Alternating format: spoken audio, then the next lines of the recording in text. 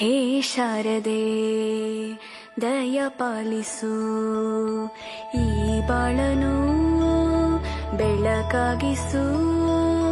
ಹೇ ಶಾರದೆ ದಯ ಪಾಲಿಸು, ಈ ಬಾಳನು ಬೆಳಕಾಗಿಸು. ನಾಳೆಗಳ ದಾರಿಯಲೇ ನಂಬಿಕೆಯ ನೆಲೆಯಾಗಿರಿಸು, ಮುನ್ನಡೆಸು. ಕೈ ಹಿಡಿದು ನಾವಾಡೋ ಪದ ಪದದಲ್ಲೂ ಸಂಚರಿಸು.